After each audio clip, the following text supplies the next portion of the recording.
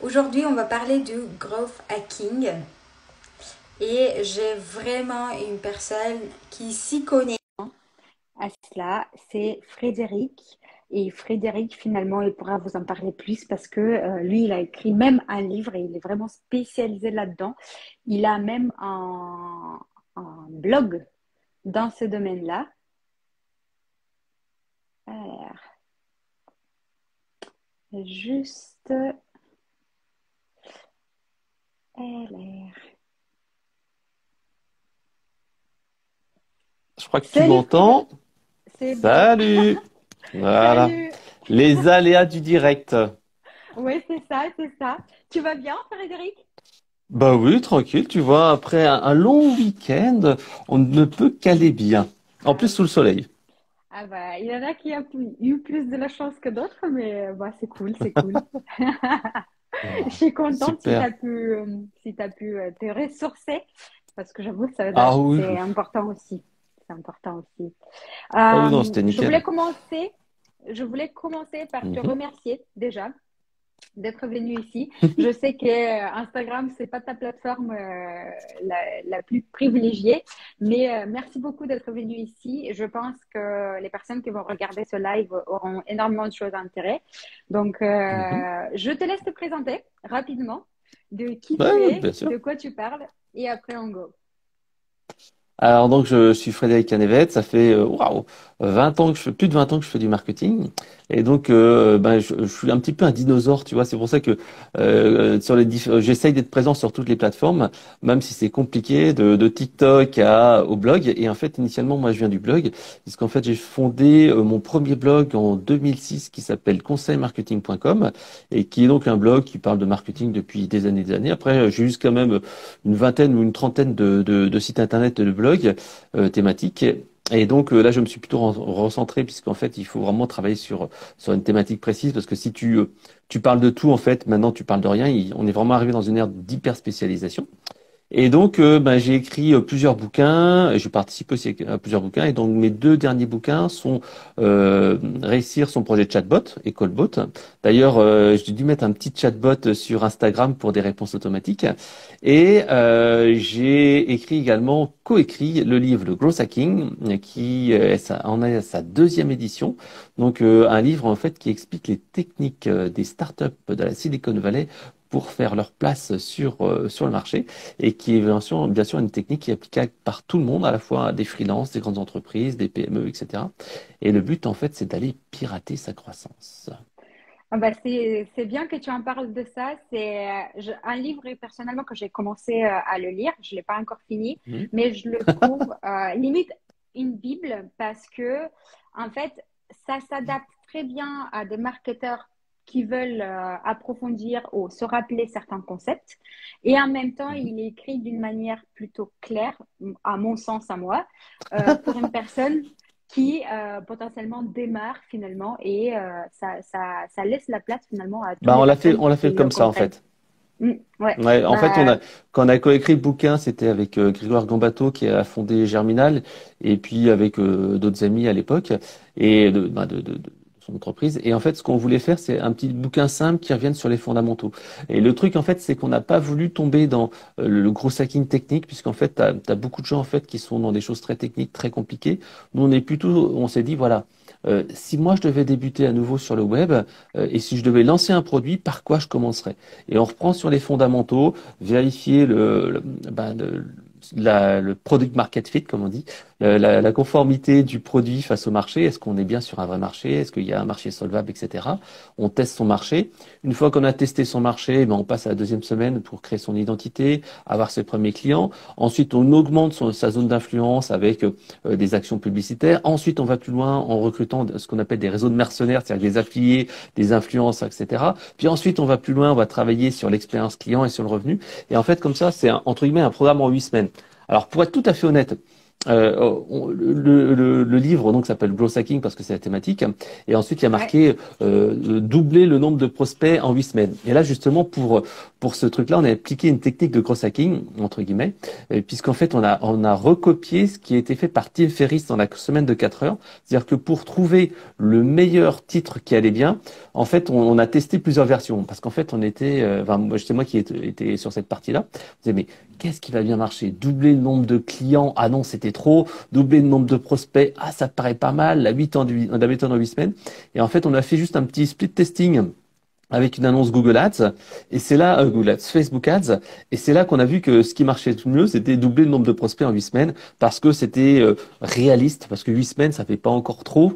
Et voilà, donc on est parti là-dessus. Et c'est vrai que souvent, moi, j'aime bien avoir des accroches qui aient bénéfice en une durée donnée. Par exemple, donc de C'est gros hacking, très doubler le nombre de intéressant. prospects en 8 semaines, ou alors tu as l'accroche qui est bloguer comme un pro, ou non, c'était 21 jours pour bloguer comme un pro, ou 8 semaines pour devenir plus efficace.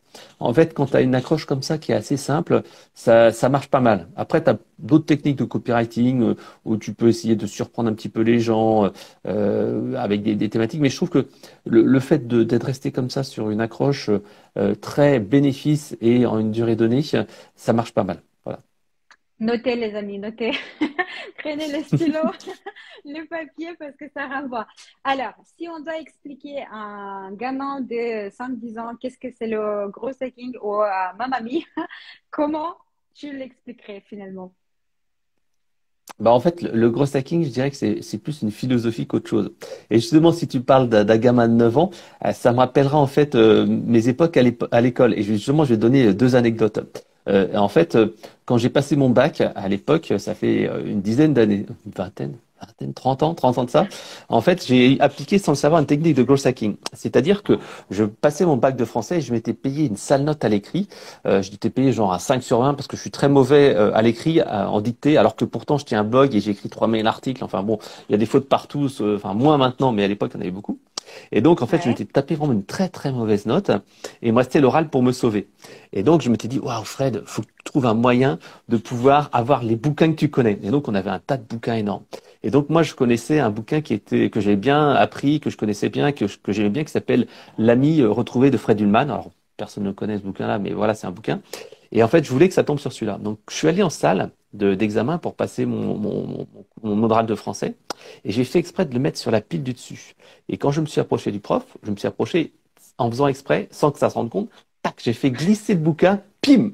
Il est tombé sur le bureau du prof, qu'il a pris dans la main, qu'il a remis sur le tas. Et après, il m'a dit, bon, alors, allez, on va prendre comme sujet, allez hop, Fred Ullman l'a mis retrouvé. Et bim, c'est comme ça que j'ai eu 18 sur 20 à l'oral de français parce que j'avais hyper maîtrisé ce truc-là. Et donc, c'est ça une technique de gros hacking.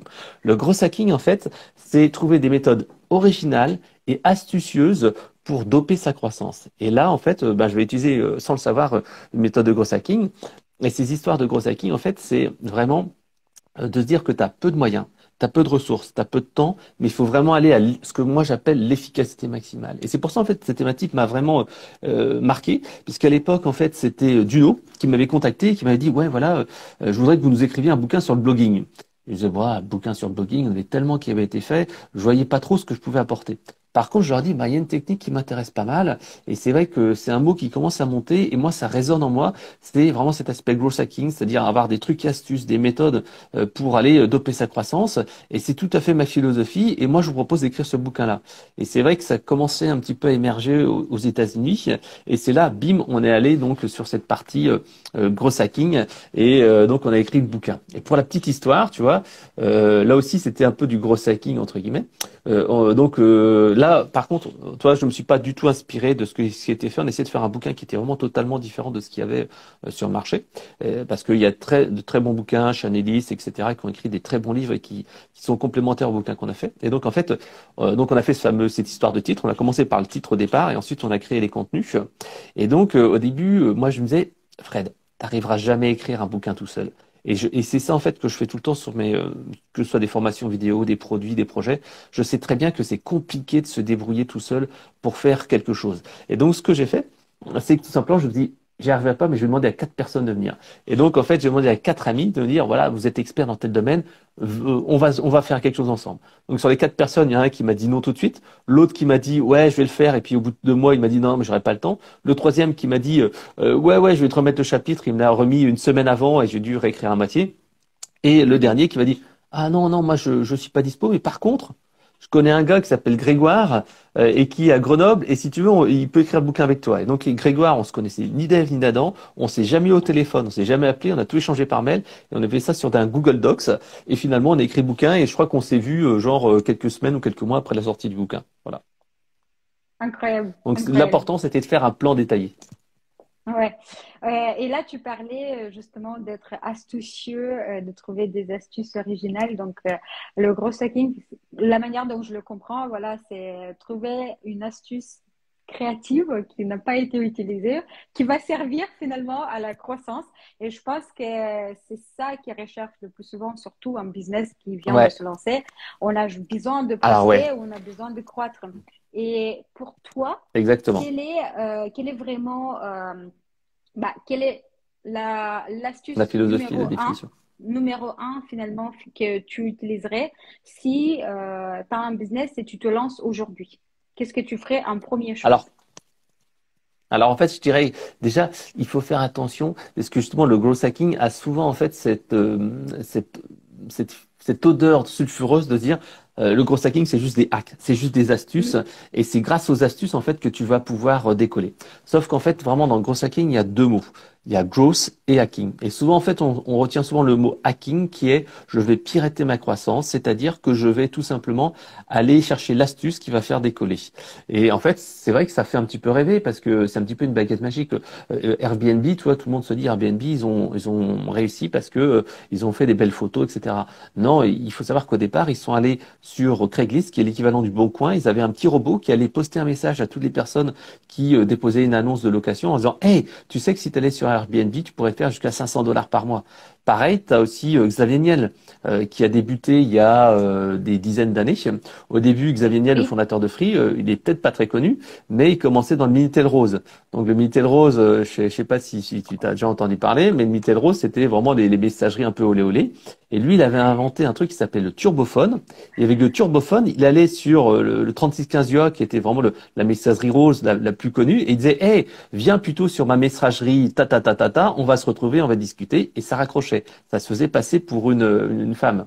Et donc, c'est comme ça qu'il a ok. commencé sa fortune. Donc, c'est ça les petits hacks qui font rêver. C'est comme aussi le PS I love you qui était en dessous, en fait, des premiers messageries sur Hotmail qui a attiré un petit peu les gens. Mais sauf que ça, en fait, c'est vraiment ces hacks-là. Ça marche peut-être pour faire des coups. Ça marche peut-être pour, voilà, acquérir ses premiers prospects, mais c'est pas forcément ce qui va te faire fonctionner dans la durée. Et c'est pour ça qu'il faut essayer de pas trouver une baguette magique. Et c'est ça la seconde partie du growth hacking, c'est la méthode AR. C'est-à-dire qu'on va analyser son business avec une analyse entre guillemets cartésienne. Et moi, en fait, je le fais assez régulièrement. C'est-à-dire que sur mon site internet, j'analyse les sources de trafic, j'analyse la conversion, j'analyse les revenus, j'analyse la recommandation éventuellement et donc mes revenus finaux. Et en fait, ça me permet d'avoir une vision externe parce qu'en fait, parfois, on fait des choses par habitude. Et surtout sur le blog, tu vois, on continue à produire du contenu, puis en fait, tu te rends compte que ça donne pas plus que ça, c'est toujours un petit peu moyen. Et donc, cette fameuse analyse AR avec le cycle de vente te permet de dire où tu dois agir en priorité. Et c'est vrai que moi, je l'ai utilisé plusieurs fois. Donc, si j'étais créateur d'entreprise, freelance, qui devait me lancer, je commencerai par ça. Je commencerai à mettre en place des indicateurs clés qui permettront de voir en fait quelle est ma conversion et quelles sont mes performances en fait sur mon site web. Et avant d'aller chercher énormément de trafic, je commençais déjà, bon bien sûr par tester mon offre, etc. comme je te l'expliquais tout à l'heure, mais je verrai aussi qu'est-ce qui marche pas pour pouvoir améliorer les choses. Donc une fois que j'ai fait ça, bien sûr, mettre en place ces petits indicateurs, c'est simple, mais je dirais qu'il n'y a pas une seule recette en fait pour réussir comme ça, parce que euh, le truc, c'est que si tu mises tout, par exemple, sur une plateforme, un canal de communication, tu vas pas avoir accès à la totalité du marché.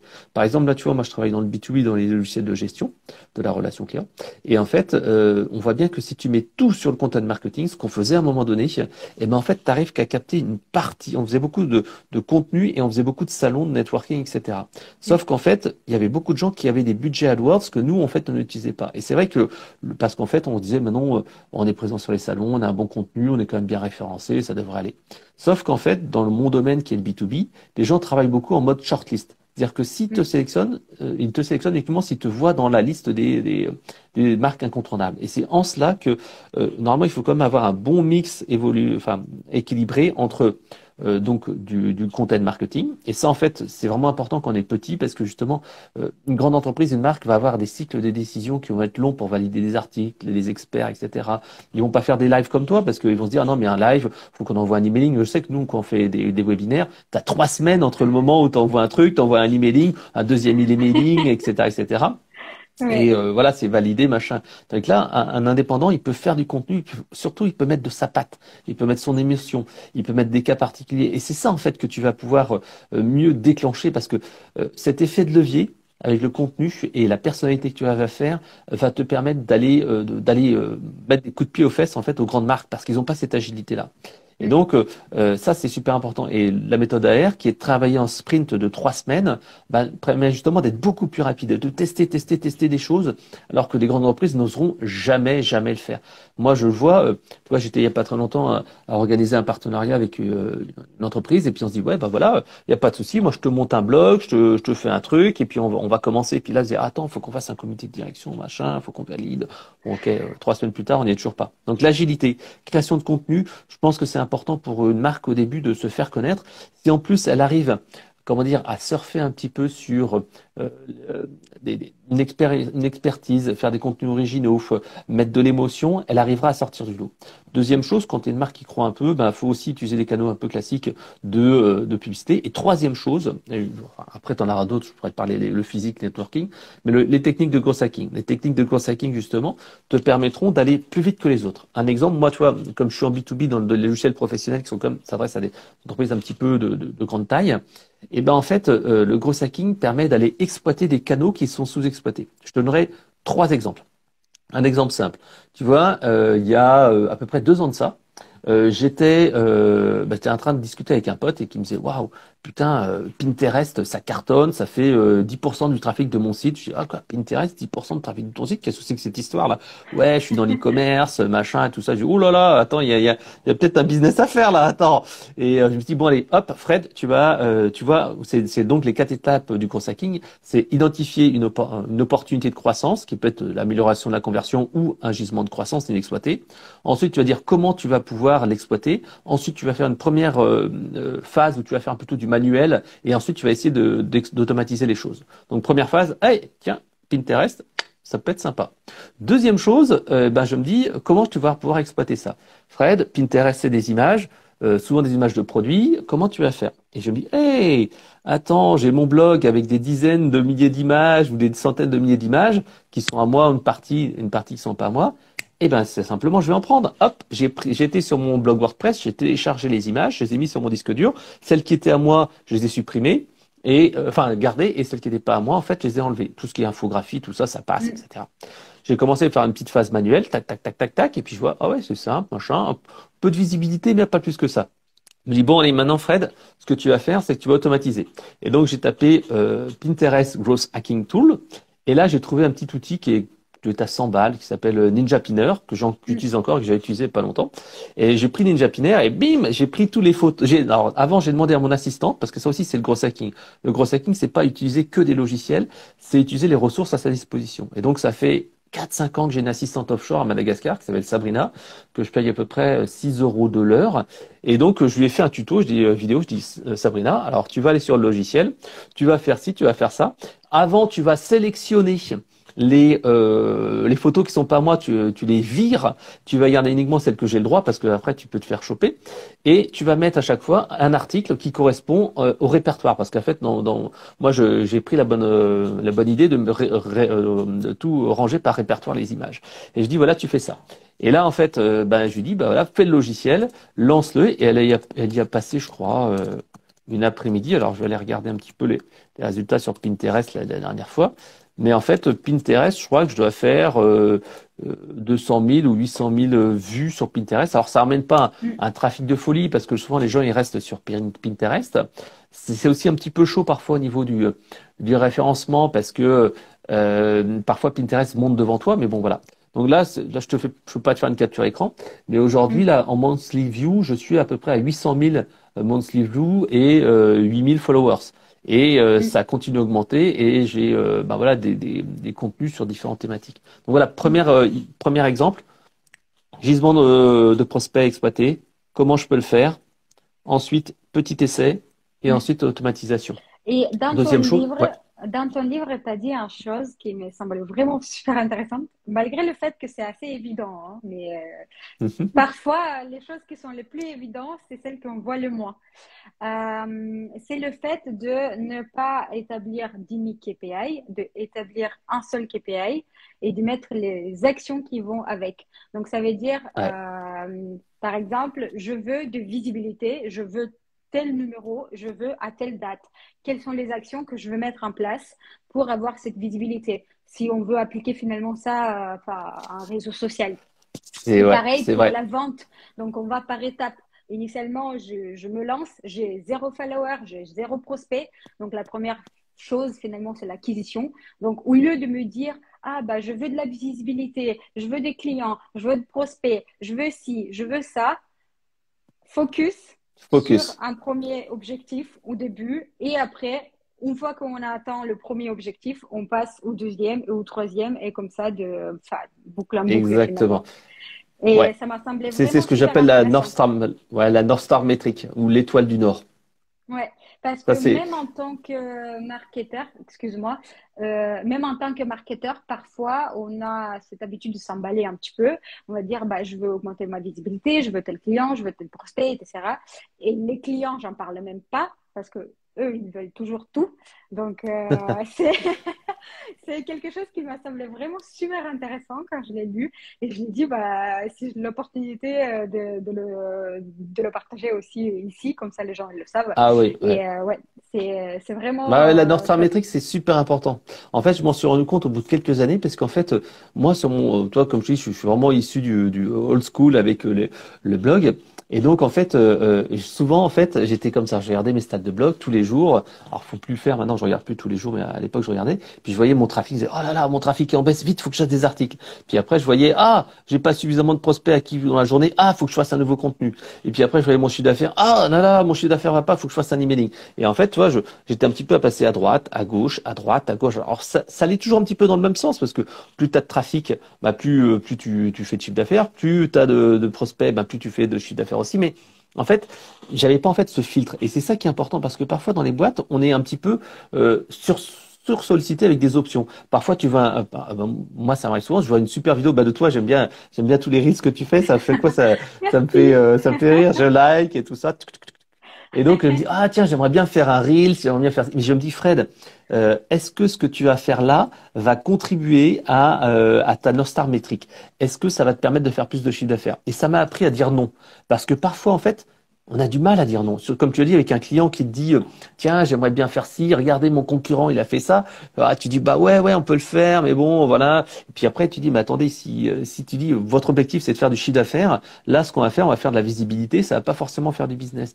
Et parfois, c'est compliqué. Moi, je vois, par exemple, sur LinkedIn ou Instagram ou en autre, et je l'ai même vu pas plus tard qu'aujourd'hui, j'ai Ouais. vu un de mes contacts qui a fait un très beau slider sur en fait Pâques et c'était pourquoi Pâques, d'où ça vient, machin et tout ça. Alors ça fait des dizaines et dizaines de likes, ça a fait des commentaires, mais je me dis ok, combien ça génère de business.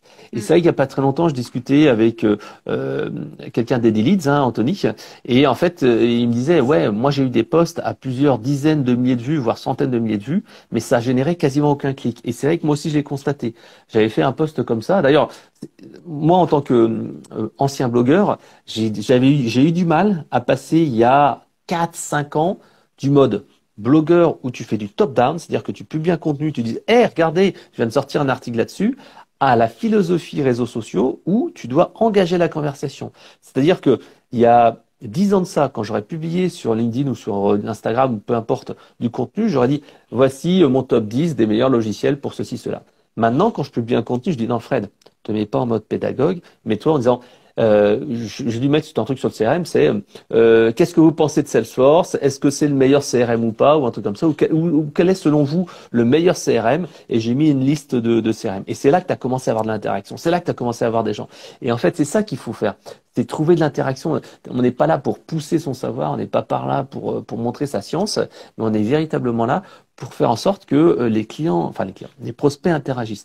Et cette course à la vue, bon, voilà, on fera de la visibilité. Mais le problème derrière, c'est que cet article-là, qui avait dû faire, ce post en fait hein, sur LinkedIn, qui a dû faire 70 000 vues, en fait, j'avais calculé derrière, parce que le gros hacking, c'est ça, hein, c'est se dire, OK, j'ai fait des vues, mais combien ça m'a rapporté de prospects? Ça m'a rapporté quelques dizaines de visites, etc., etc. Mm. Et après, je me suis dit, non, mais Fred, en fait, ce que tu as fait, c'est bien, mais ça génère pas. Et là, quand je vois le contact que je connais qui a fait ce post sur les œufs de Pâques, je me dis, c'est déjà vu, mais ça génère combien? Par contre, Mm. ça m'est arrivé de faire des tout petits trucs. Par exemple, j'utilise un petit outil qui s'appelle Lumen 5, qui permet en fait de créer une mini vidéo, une animation à partir en fait d'un article de blog ou même en solo. Et avec Lumen 5, en fait, ça coûte aller 100 balles à l'année ou quelque chose comme ça. Et ben en fait, j'ai fait une petite vidéo qui était comment réussir son cahier des charges pour un CRM.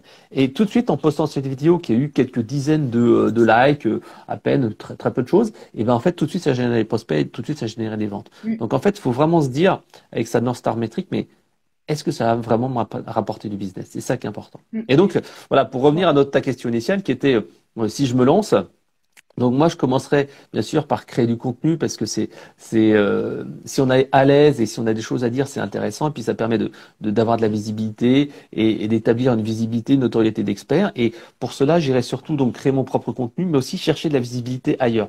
Comme tu le fais là, c'est super important en fait d'aller prendre la visibilité où elle est. Et par exemple les interviews d'experts c'est super intéressant pour gagner en visibilité, en notoriété. Je te donne mon exemple. Mm. Il y a 5 ans, en fait, donc j'ai intégré un éditeur logiciel qui s'appelle Eloquent et qui vend des solutions de centre de contact et d'enquête de SAT.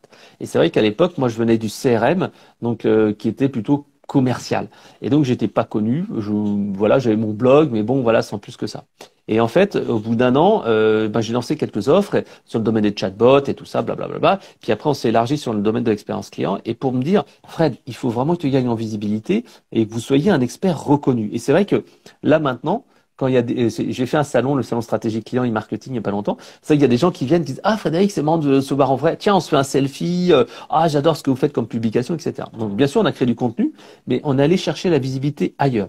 C'est-à-dire que moi, j'ai utilisé un système qui est très simple, qui est l'interview écrite d'influenceurs. Là, tu vois, on fait un live ensemble, ça prend du temps, ça prend de l'énergie, etc., etc. Moi, je voulais faire que ce soit beaucoup plus simple et que ce soit pas trop chronophage. Donc, en fait, ce que je Mm. fais, c'est que j'envoie 5 questions par email à des influenceurs dans mon domaine. Et souvent d'ailleurs, c'est des consultants, des gens qui cherchent un boulot, etc. Et je leur dis, bah tiens voilà, je fais des interviews d'experts dans le domaine de l'expérience client, la relation client. Est-ce que ça vous dirait de participer? Vous pourriez parler de tel sujet, tel sujet. Et je regarde bien sûr leur bio sur LinkedIn.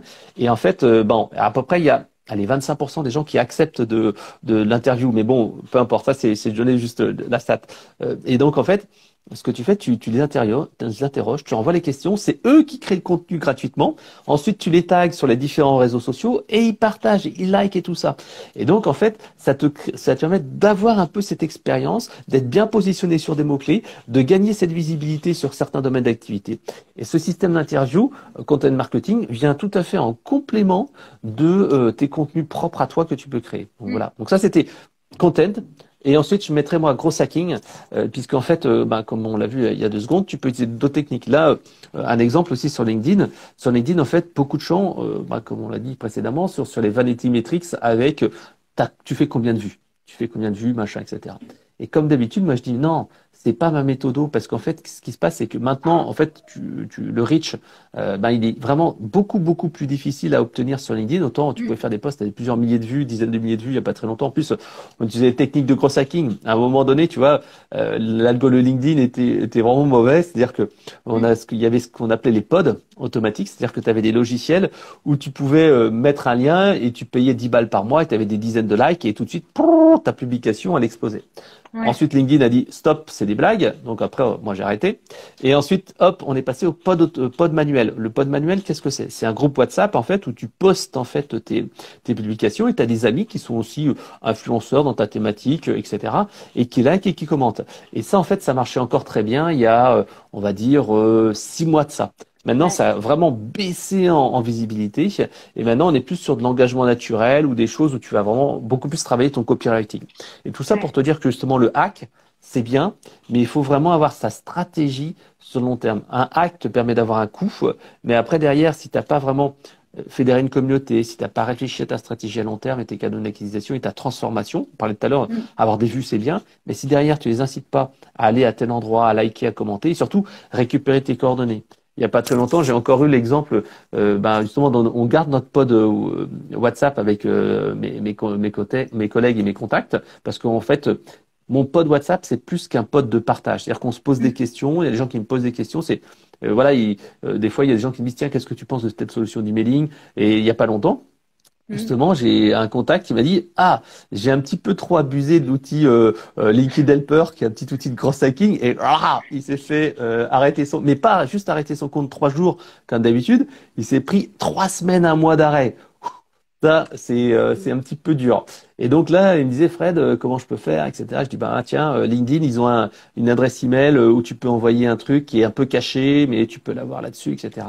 Donc en fait, il faut un peu faire gaffe aussi. Les techniques de ghost hacking, c'est surfer Ouais. avec la ligne blanche. Et donc, il faut pas abuser. Mais donc voilà, pour revenir à cette idée-là, c'est que avoir des vues sur LinkedIn, c'est bien, mais ton profil, il peut se faire shooter à n'importe quel Mm. moment, etc. Donc moi, Ouais. ce que je recommande, c'est pas aller chercher les vanity metrics, mais véritablement d'aller créer du lien. Et donc moi, Mm. ma technique, elle est simple, c'est sur LinkedIn, si tu commences par un premier message pour créer une communauté. Alors, tu es limité à 100 invitations par semaine. Tu vas me dire, ah, 100 par semaine, je vais jamais y arriver. Il y a 52 semaines dans l'année, ça fait 5200 contacts dans le meilleur des cas, mais je suis en vacances, etc. Donc à Ouais. ce moment-là, pareil, gros, il faut que tu aies ton growth hacking mindset et tu dis, comment je peux contourner ce truc de merde? Et là, tu dis, hey, j'ai oublié un truc. Il y a les groupes LinkedIn. Dans les groupes LinkedIn, en fait, tu peux envoyer des messages à tous les gens qui font partie du groupe. Et donc, hop, tu dis, eh ben, c'est très simple. Je vais utiliser l'équipe d'Helper et puis je vais envoyer des messages aux membres du groupe pour devenir contact ou les inviter à un webinaire ou les inviter à Mm. passer sur un salon, etc. Troisième chose, tu peux également utiliser les adresses email personnelles des gens pour les inviter sur LinkedIn. Donc, si tu as une newsletter, pro, perso, etc., tu peux envoyer aussi un fichier Excel et bim, en fait, ça va te proposer d'envoyer des invitations. Donc, tu vois, il y a des moyens comme ça d'aller essayer de détourner l'algo. Mais encore une fois, c'est des trucs qui permettent d'amorcer les choses. Ça te permet en fait d'aller un petit peu donner un petit coup de booster, mais dans la durée, il faut vraiment travailler sa stratégie. Et justement, la deuxième phase, l'AR, avec l'analyse de son cycle des ventes, ça te permet de savoir où agir en priorité. Mm. Ouais. Voilà. Et là, je voulais en revenir justement, juste pour dire à tout le monde de ne pas s'emballer beaucoup parce qu'ici sur Instagram, ça fonctionne pas les pods.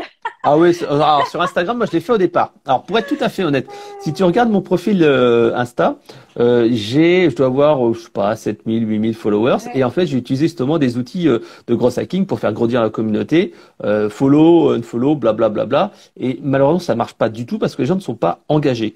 Et Ouais. en fait, ça ne sert à rien. Au contraire, je trouve que c'est plutôt se tirer une balle dans le Ouais. pied parce qu'en fait, tu acquiers des gens, plus des followers de mauvaise qualité, qui like pas, Mm. qui sont pas dans ta thématique, etc., etc.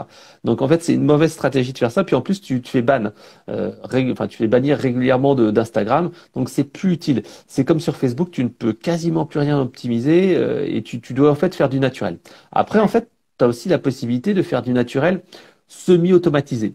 C'est-à-dire que tu vas pouvoir utiliser, par exemple, ton assistante à distance. Moi, par exemple, justement, avec Sabrina, je donne plusieurs missions. Donc, j'utilise sur LinkedIn, c'est beaucoup plus permissif, donc tu peux faire pas mal de choses.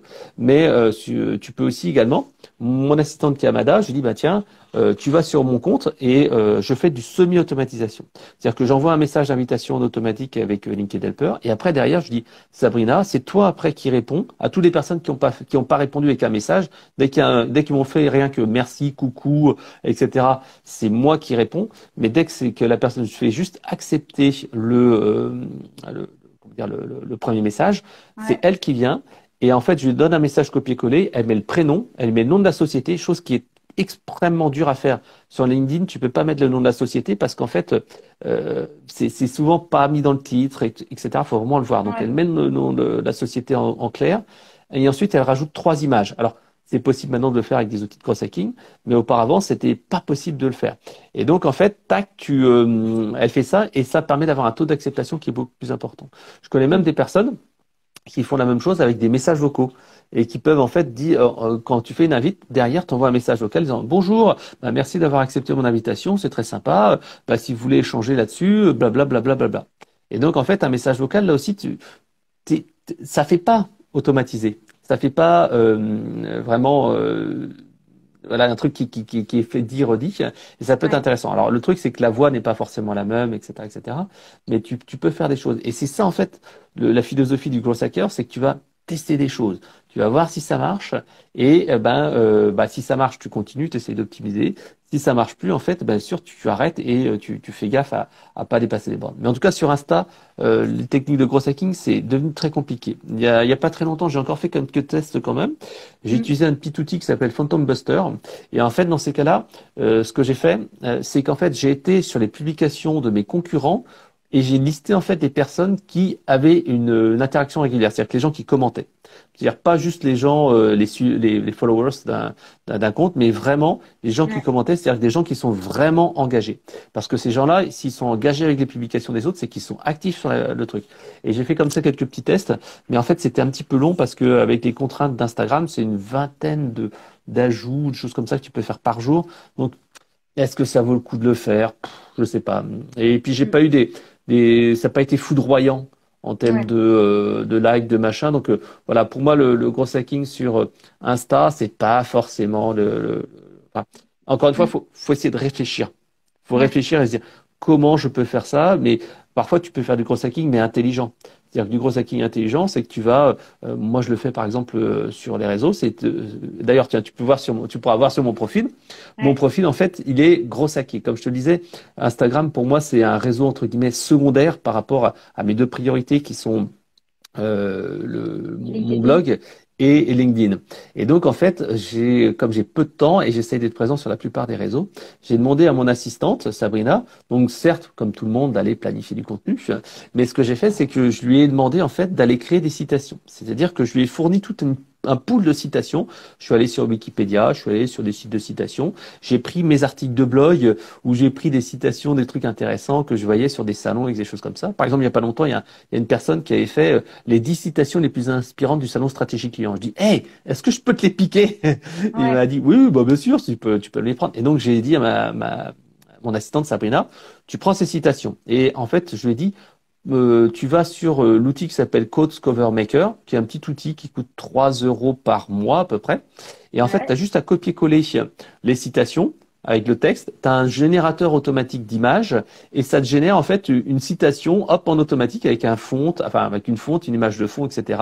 Tu peux faire des petits réglages si tu as envie d'optimiser et tu télécharges. Et j'ai dû lui faire comme ça, genre peut-être 500, 600 citations.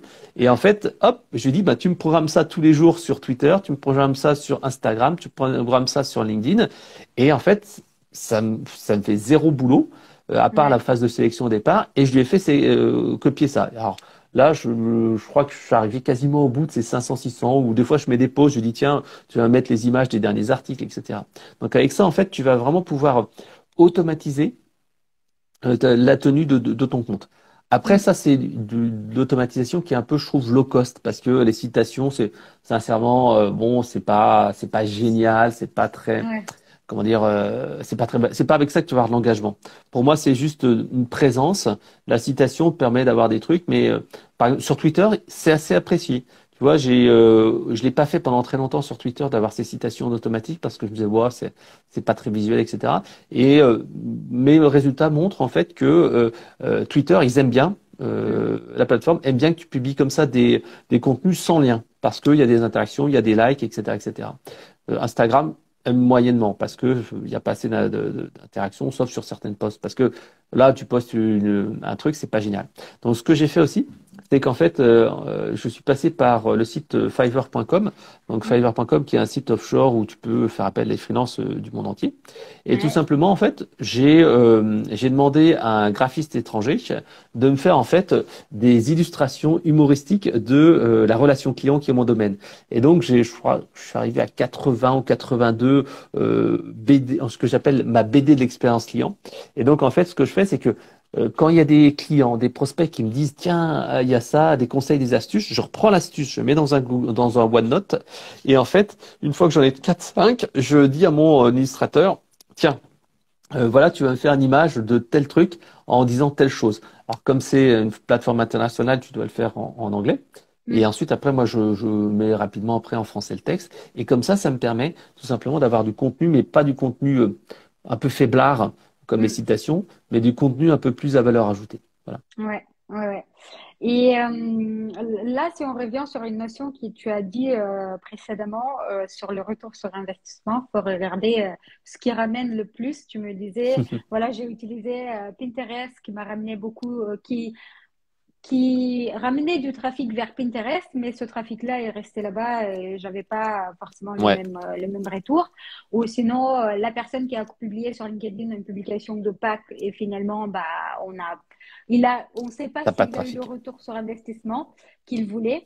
Et je voulais faire un parallèle un petit peu avec les Reels, par exemple ici. En fait, ce qui se passe, c'est que beaucoup de personnes sont à la recherche du reel qui va aller avoir plus de 5 000, 200 000, 1 million de personnes qui voient le reel. Et moi, j'ai fait l'expérience d'avoir aussi des reels qui vont aller, entre guillemets, viraux, même si la notion de Mhm. viralité, elle est vraiment très, voilà. Elle est en fonction de ce que nous, on recherche. Et ce que j'ai remarqué, c'est pas forcément les reels qui vont aller le plus viraux en termes de vues, qui vont m'amener le plus des personnes finalement, des clients, des prospects ou des personnes qui vont m'écrire un DM. Donc parfois même, je peux te dire qu'un reel qui va aller viral va m'amener plus de hate, donc plus de merde plus que autre, alors que un autre, par exemple, qui ne va pas dépasser un certain palier, bah, en fait, ce sont les gens qui sont le plus engagés, qui sont le plus intéressés par rapport à ce que je fais et sont potentiellement les personnes qui vont aussi acheter le plus mes produits et mes services. Donc, Alors, dis-moi un exemple. Alors, c'est quoi le reel qui a eu le plus de reach? Et celui alors, que tu trouves le plus sympa au niveau de termes de prospect, comme ça, en fait, tu vas pouvoir nous faire un petit peu rêver. celui qui allait le plus viral, je pense que c'était à propos du fait que je disais, j'ai fait une blague en train de rigoler en disant, le client qui me demande de faire 15 publications, 20 stories deux ventes reel à 400 euros. Et du coup, moi, j'étais genre en mode lol, lol, lol. Et du coup, je me Ouais. suis fait enflammer par beaucoup de personnes parce que, évidemment, quand on parle de l'argent, ça fait mal. Et de l'autre côté, beaucoup de personnes n'ont pas compris véritablement le message. Ils ont pensé, soi-disant, que j'étais la petite influenceuse. Donc, à m'insulter en mode ah, t'as pas vu, t'as que 7 000 personnes qui te suivent, mais tu devrais être contente que les gens regardent tes reels. Donc, tu vois, des trucs comme ça. Et enfin, je m'en fous, tu vois. De toute façon, je sais que ces personnes-là, ils vont pas venir acheter. Donc, Mm, ok, mm, mm, salut, mm. au revoir. Euh, mais après, tu vois, il a d'autres reels où je donne, par exemple, quelques petites astuces ou un mini Ouais. tutoriel, par exemple. Et les personnes, ils trouvent ça vraiment intéressant et ils disent, bah, OK, moi aussi, j'ai essayé de faire ça, j'ai pas réussi. Merci pour me donner cette astuce-là. Effectivement, ça m'aide. Je sais que tu as une formation, bah, combien ça se passe et tout, parce que j'aimerais aussi apprendre de ça, approfondir ce sujet.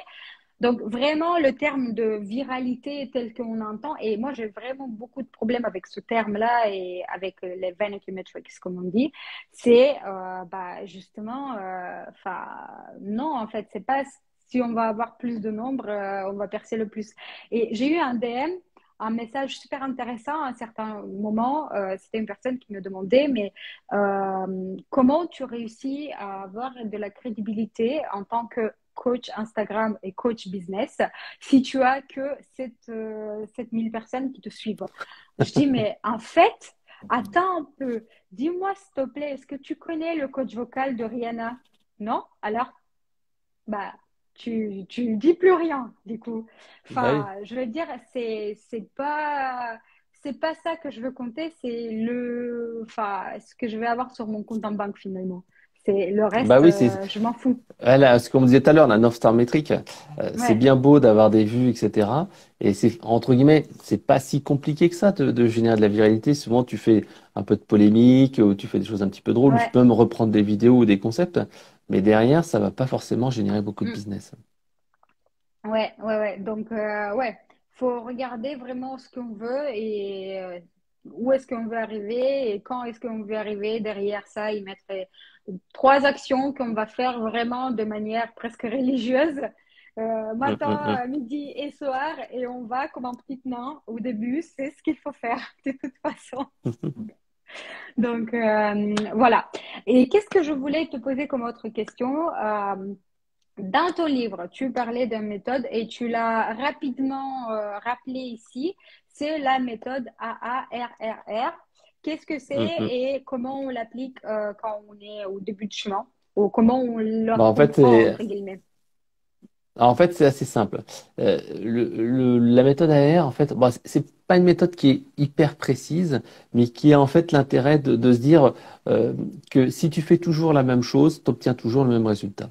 Et donc, le seul moyen, en fait, de pouvoir sortir de cette boucle infernale, c'est de prendre du recul et prendre de la hauteur et de sortir, en fait, de ton quotidien et d'analyser de manière vraiment cartésienne, avec des chiffres et des indicateurs pour savoir où agir en priorité, parce que quand tu es une petite structure ou même une grosse structure, en fait, tes moyens sont, et tes ressources, en fait, sont limitées.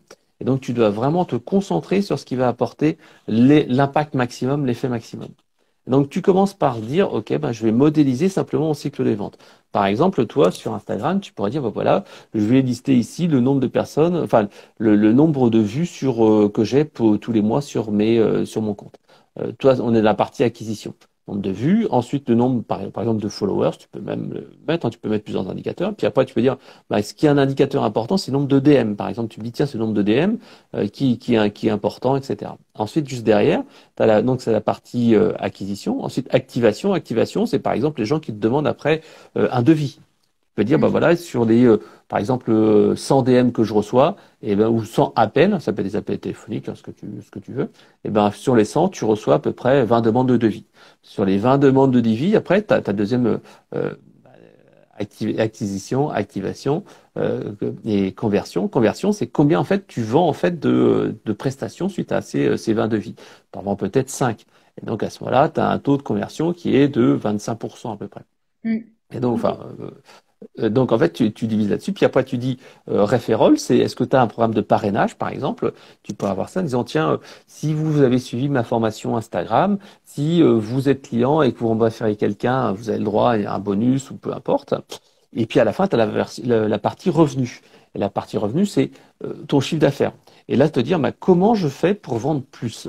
Et en fait, tu as plusieurs options à faire ça pour vendre plus. Tu peux dire, bah, tiens, le plus simple, bien sûr, c'est d'augmenter les prix. Mais tu peux dire, tiens, je peux faire une formation premium, c'est-à-dire que là, j'ai ma formation actuelle et je vais vendre, par exemple, un coaching en one-to-one où je vais faire une analyse de profil, où je vais faire un accompagnement pendant une semaine, où on va se faire un stage intensif. Et tu dis, bah, tiens, voilà tout ce que je fais actuellement avec mes revenus. Et là, bien sûr, tu mets tes revenus de tes formations, tes revenus de tes consulting ou autre chose. Et tu dis, ben voilà, finalement, j'ai ça. Et donc, tu finis en fait en entonnoir en disant, bah tiens, j'ai 100 DM, j'ai 20 devis, j'ai 5 devis signés. Après, en fait, j'ai un bouche à oreille avec un programme d'affiliation avec ma formation. Et après, derrière, en fait, j'ai un revenu de, je sais pas, on va dire 5 000 euros, 10 000 euros. Mm. Et donc, à ce moment-là, tu dis, ben, OK, d'accord, j'ai ça. Maintenant, tu dis, ben, où ça va mal? Et c'est là, en fait, tu choisis un code couleur très simple. Rouge, c'est que ça va très mal. Orange, c'est que c'est moyen. Et vert, c'est que ça va bien. Et là, en fait, tu vas dire, bah, finalement, j'ai, sur 100 DM, en fait, j'ai, je sais pas, j'en sais rien, 1000 vues. 1000 vues, 100 DM. Ah ouais, c'est pas mal. Donc là, ici, le ratio, il est bon entre les deux.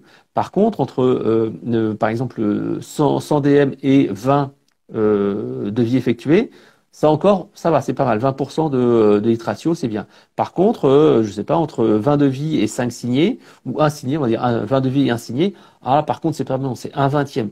Waouh, il y a quelque chose là-dessus. Après, tu regardes le référal, donc tout ce qui est affiliation, recommandation, bah, finalement, tu en as zéro, mais c'est pas grave, c'est pas dans ton business model. Et le revenu, finalement, tu dis, waouh, je me fais uniquement 10 000 euros de chiffre d'affaires, donc, il y a quelque chose qui va pas. Donc, je dirais que en rouge fond, rouge vif et en très gros, bah, je mettrai cette partie entre 20 devis et 5 devis. Et je mettrai après la partie chiffre d'affaires. Par contre, en vert et en Mm. orange, je mettrai les autres trucs en disant, non, les trucs, c'est bon. Donc, c'est ces deux trucs-là qui sont les plus importants. Et dans ces deux trucs-là les plus importants, le plus rouge du rouge, eh ben, c'est peut-être cette partie devis. Et là, je me dis, bah, qu'est-ce que je peux faire pour que le devis soit beaucoup plus efficace? Et à ce moment-là, tu peux dire, bah, peut-être qu'il faut que je fasse un appel téléphonique au lieu de faire un devis. Et je passe peut-être plus de temps avec la personne pour discuter avec elle sur ce qu'elle veut. Ou alors, je fais des offres à tiroir. Ou alors, je travaille un peu ma psychologie. Parce que parfois, tu as des gens qui sont des profils rouges, jaunes, verts en psychologie. Peut-être que c'est pas très bien. Ou alors, tu enregistres une présentation que tu fais à un prospect et tu te réécoutes derrière. Tu dis, ah, il y a quelque chose qui va pas. Là, j'ai loupé un truc. En fait, je m'en étais pas rendu compte, mais j'ai pas assez d'écoute. Souvent, en fait, tu vois, moi, je suis un gros parleur et bah, tu as pu t'en rendre compte. Hein. Et en fait, je discute, je discute et je laisse pas la personne s'exprimer. Et parfois, en fait, on se rend compte, on se dit, ah putain, j'ai fait une super présentation, comme là, ouais, j'ai fait une super interview, mais tu laisses pas parler l'autre. Elle a pas pu Mm. parler de son cas et des fois, tu dis, ah, là, elle repart frustrée. Et donc, parfois, tu dis, bah, tiens, je vais peut-être faire une enquête sur les non-acheteurs pour savoir pourquoi ils n'ont pas acheté. Et là, en fait, avec tout ça, tu vas te dire, bah, voilà, quelles vont être les actions qui vont me permettre, en fait, d'améliorer le mieux mon taux de conversion de devis. Donc, déjà, bah, j'ai peut-être envoyé un email ou je vais peut-être appeler les non-acheteurs pour savoir pourquoi ils n'ont pas acheté. Prix, argumentaire, pas eu confiance, je sais quoi. Et après, en fait, bah, je vais dire quelles vont être les actions. Peut-être, ça va être écouter plus les gens.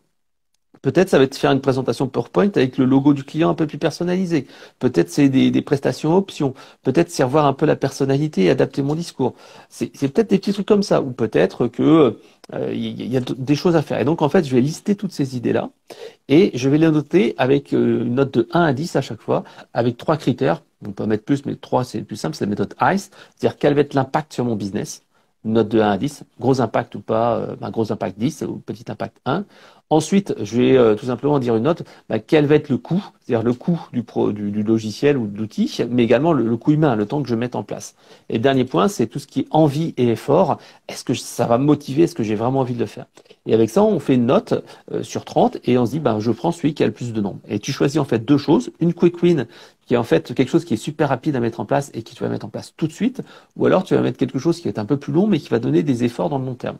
Et donc, tu choisis ces deux choses-là et tu les mets en place et puis tu regardes après, une semaine plus tard, ce que ça a donné comme résultat et tu dis, ah ouais, ça vaut le coup, je continue là-dessus, je change Mm. j'améliore les choses. Voilà, tout simplement. C'est super intéressant. Je vais me noter tout ça. Merci beaucoup. Je Bah, sais c'est que dans le tu bouquin. as... Ouais. Bah, je suis pas Oh, arrivée on a à cette encore partie-là 5-6 encore. minutes si tu veux. Ouais. On a encore 5-6 minutes si tu veux.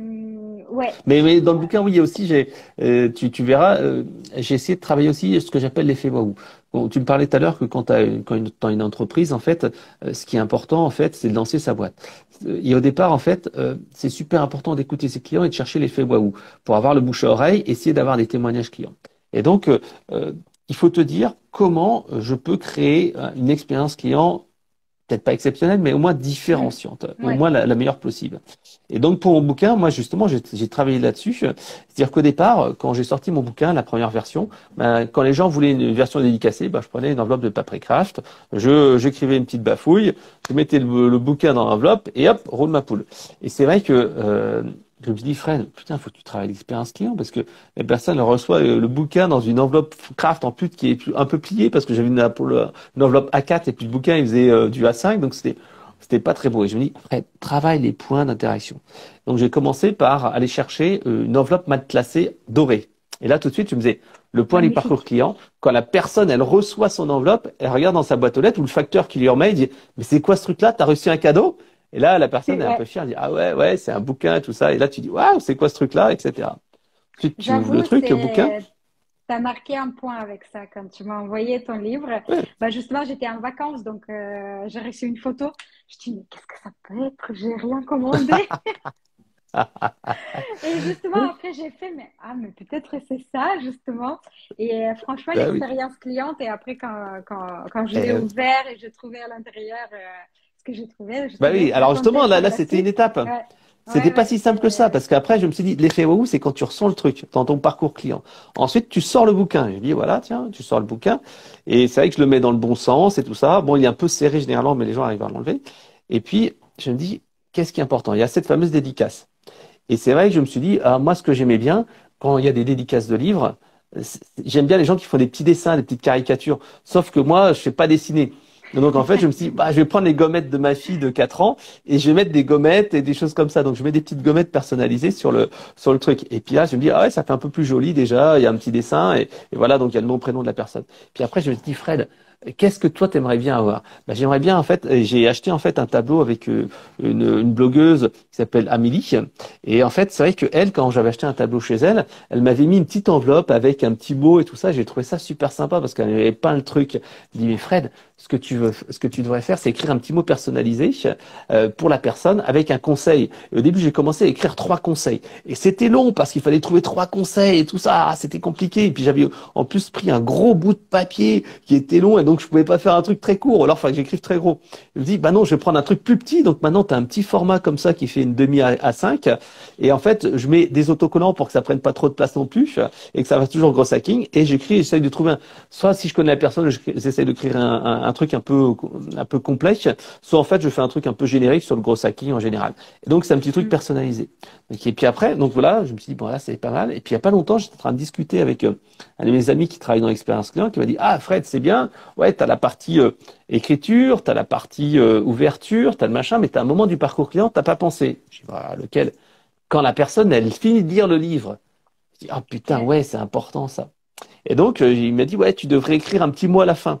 Et c'est vrai que quand tu ouvres la dernière page du bouquin, j'ai écrit J'ai un petit vu. mot à Ouais. la main en disant, eh, bravo d'avoir écrit le bouquin. Alors, quand les gens ont acheté le bouquin, un truc comme ça, bah, je leur fais un témoignage sur Amazon et avec ça, je t'offrirai un petit cadeau, un petit machin. Et donc, en fait, ça me permet d'avoir du referral en plus. Donc voilà, faut travailler cette expérience client et se dire, waouh, comment je peux créer un effet waouh. Mm. Ouais, mais t'as vraiment marqué le coup avec ça. Et je t'avoue. Et moi, je conseille vraiment toute personne ici d'aller voir ton livre, de l'acheter, de le lire parce que moi, j'ai commencé, j'avoue, je suis plus ou moins à moitié. Et je t'assure que je vais le finir Alors, aussi. justement, est-ce que tu as pensé à un effet waouh pour tes Euh, produits, ta formation? Est-ce que tu as commencé à réfléchir à ton parcours client? ouais, justement, Alors, c'est la je dernière, suis en c'est le plein. dernier chapitre du bouquin, hein. Donc, t'es pas encore Je arrivé. suis en plein dedans là. Je suis en train de restructurer mes offres parce que jusqu'à maintenant, pour te faire un vraiment rapidement, jusqu'à maintenant, j'étais en freelance et en même temps, je travaillais presque à temps plein en salariat.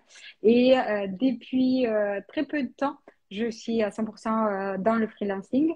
Et du coup, je prends le temps pour restructurer mes offres, pour créer vraiment, j'ai envie de créer une offre dont je suis fière et dans laquelle l'expérience client, pardon, est au top. Et Donc, je top. pense que ton livre, il va aussi me donner quelques petits hacks par rapport à ça Ah et oui, oui, bah, stratégies il y en aussi. a un ou deux pas mal. Mm. Essaye la méthode du message vocal. Le message Mm. vocal, alors ceux qui ont reçu le message vocal d'Éric Zemmour savent ce que c'est, mais en fait le message vocal, c'est la petite appel de bienvenue.